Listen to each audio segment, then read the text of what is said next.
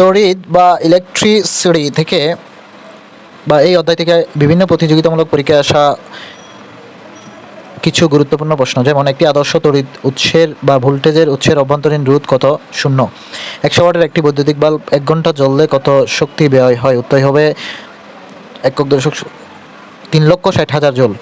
কোনো বস্তুকে আধানের অস্তিত্ব নির্ণয়ের যন্ত্র হলো তড়িৎবীক্ষণ যন্ত্র।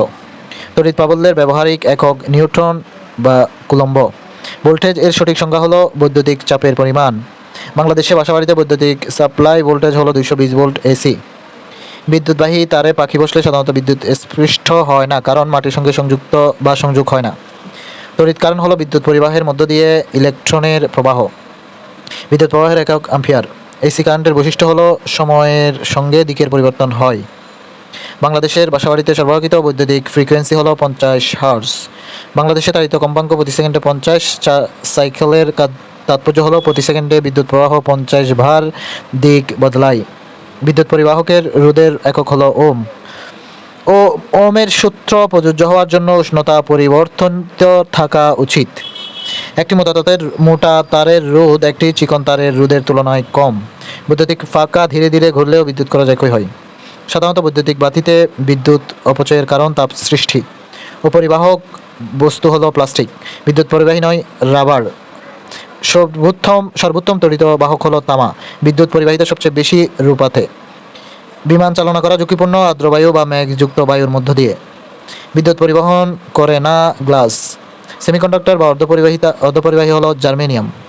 যে দুটি সেমিকন্ডাক্টর প্রায় ব্যবহৃত হয় তাদের নাম হলো জার্মেনিয়াম ও সিলিকন। অর্ধপরিবাহী নয়, লোহা। একটি ধাতব পদার্থের উষ্ণতা বৃদ্ধির সঙ্গে এর বৈদ্যুতিক রোধ বেড়ে যায়। তাপমাত্রা বৃদ্ধি পেলে কার্বনের রোধ হ্রাস পায়। বৈদ্যুতিক ক্ষমতার একক ওয়াট। ওয়াট সমান 1 ভোল্ট ইন্টু 1 অ্যাম্পিয়ার। বৈদ্যুতিক 100 ওয়াটের একটি বৈদ্যুতিক রোধ একটি 60 ওয়াটের বাতির তুলনায় কম। বিদ্যুৎ বিল পরিশোধ করার সময় আমরা যার জন্য বিল পরিশোধ করি তা হলো শক্তি। বিদ্যুৎ বিলের হিসাব করা হয় কিলোওয়াট আওয়ার। এক বিদ্যুৎ ইউনিট সমান বা বিদ্যুৎ শক্তির বাণিজ্যিক একক হলো 1 কিলোওয়াট ঘন্টা। আবাসিক বাড়ির বর্তনীতে সার্কিট ব্রেকার ব্যবহার করা হয় অতি তাপমাত্রায় বিদ্যুৎ প্রবাহজনিত দুর্ঘটনা রোধের জন্য। বৈদ্যুতিক বর্তনীতে শর্ট সার্কিটজনিত ক্ষতিরোধ করার জন্য যেই ফিউজ ব্যবহার করা হয় তা হলো ছোট সরু তার। হঠাৎ বিদ্যুৎ শক্তি যাওয়াকে বলা হয় ব্ল্যাক আউট। ইউপিএস এর পূর্ণরূপ হলো আনইন্টারাপ্টিবল পাওয়ার সাপ্লাই। আকাশে বিজলি চমকায় মেঘের অসংখ্য পানি ও বরফকণার মধ্যে চার্জ সঞ্চিত হলে। বজ্রপাতের সময় থাকা উচিত গুহার ভেতর বা মাটিতে শুয়ে। বজ্রপাতের সময় আপনি নিজের গাড়িতে করে যাচ্ছেন, নিজেকে সুরক্ষা করার জন্য আপনি যেই উপায়টি গ্রহণ করবেন? উত্তর হলো গাড়ির মধ্যে বসে থাকবেন।